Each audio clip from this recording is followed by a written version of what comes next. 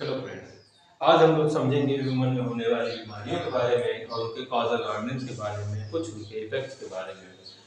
तो बहुत सारी बीमारियां होती हैं, उसमें बहुत सारे माइक्रो ऑर्गेनिज्म होते हैं, जैसे बैक्टीरिया, वायरस, प्रोटोजोन्स और फंजी। ये सभी जो है हमारे शरीर में बैक्टीरिया जो है बीमारियां फैलाने का काम करते हैं। बैक्टीरिया से होने वाली जो मुख्य बीमारियां हैं, इसमें सबसे ज्यादा परेशान करने वाली बीमारी जो हमारे यंगस्टर्स को होती है वो एक्ने है, पिंपल्स हैं, जो कि प्रोपियोनी बैक्टीरिया के द्वारा फैलाई जाती है। और इसके बाद एंथ्रेक्स जो होती है वो ज्यादातर जानवरों की बीमारी है, कभी कभी मनुष्य में त्वचा के द्वारा, आंतों के द्वारा या सांस के द्वारा ये फैल जाती है। इसको बहुत जल्दी क्योर करने की जरूरत होती है। कॉलरा के बारे में जानते हैं, विब्रो कॉलरी के द्वारा फैलाई जाने वाली बीमारी है। उल्टी, दस्त और पानी की कमी इसमें हो जाती है। डिप्थीरिया की बात करें तो जो डिप्थीरिया है वो राइनोबैक्टीरियम डिप्थीरियसी के द्वारा होती है और इसमें जो है जो श्वास नली होती है, ये बैक्टीरिया सांस नली को जो है अवरुद्ध कर देता है, रोक देता है, जिस वजह से मृत्यु हो सकती है। इसका जो है टीका बचपन में ही इसीलिए लगा दिया जाता है। निमोनिया की बात करते हैं तो निमोनिया जो होता है स्ट्रेप्टोकोकस निमोनी के द्वारा होता है। बच्चों में बहुत तेजी से फैलने वाली बीमारी होती है, बच्चों के लिए घातक बीमारी है, बहुत तेजी से बच्चों की सांसें चलने लगती हैं।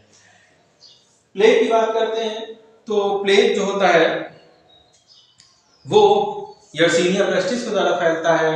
ये चूहे और गिलहरी के ऊपर पाई जाने वाली फ्ली के द्वारा इसको फैलाया जाता है। इसमें तेज बुखार होता है, गिल्टी हो जाती है और ये खतरनाक बीमारी थी जिसको जो है अब समाप्त कर दिया गया है। ट्यूबरकुलोसिस की बात करते हैं, माइकोबैक्टीरियम के द्वारा होती है और ये इस बीमारी में बुखार, बलगम के साथ खून आना, वजन कम हो जाना जो है और खांसी आना, ये सारे इसके लक्षण होते हैं।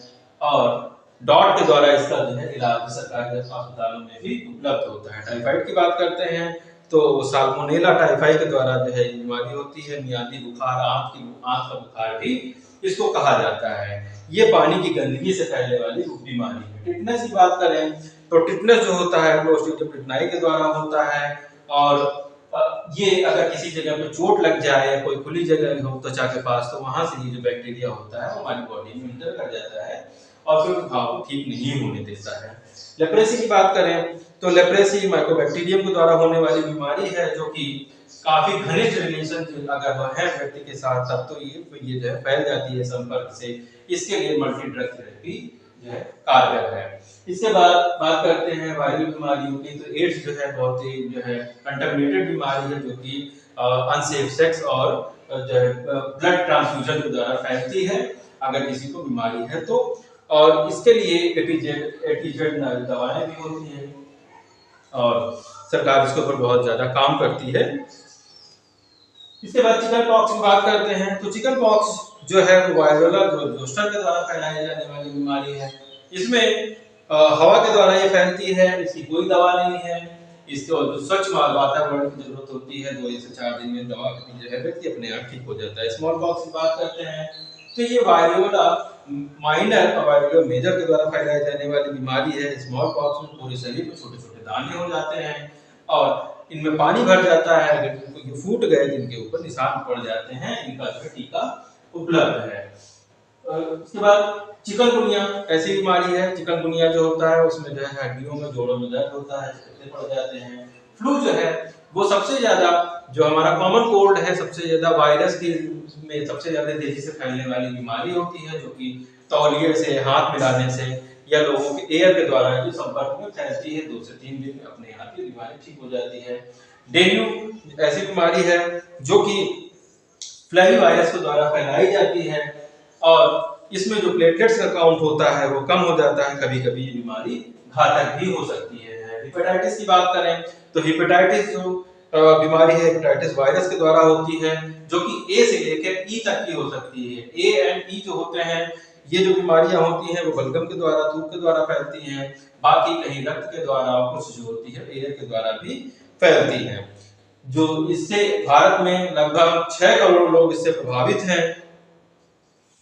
अगर पोलियो की बात करें तो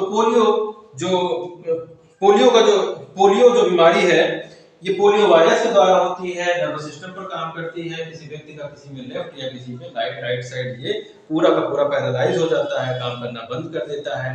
इसके लिए जो टीका था वो सेबाइन ने और जो है ओरल ड्रॉप्स जो है जोनास साल ने टीका और सेबाइन ने इसकी ओरल ड्रॉप्स बनाई थी 2017 में, जो है भारत पोलियो मुक्त घोषित हो चुका है। मीजल्स की बात करें तो बच्चों में लाल चकत्ते हो जाते हैं और इसमें जो है बच्चों को बुखार आने लगता है।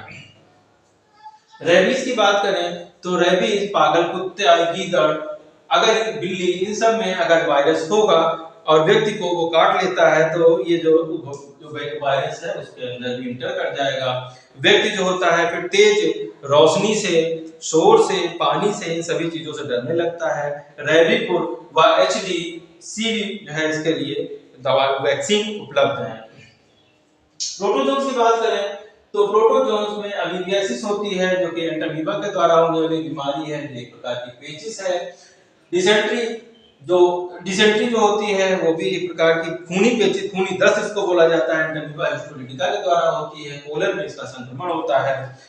लीशमान काला आजार की बात करें तो काला आजार लीशमान या डोरमाई के द्वारा फैलाई जाने वाली बीमारी है और इसका जो वाहक होता है वो सैंड फ्लाई होती है। इसमें तेज बुखार होता है और जो स्प्लीन है वो बढ़ जाती है, प्लेटलेट्स की संख्या कम हो जाती है।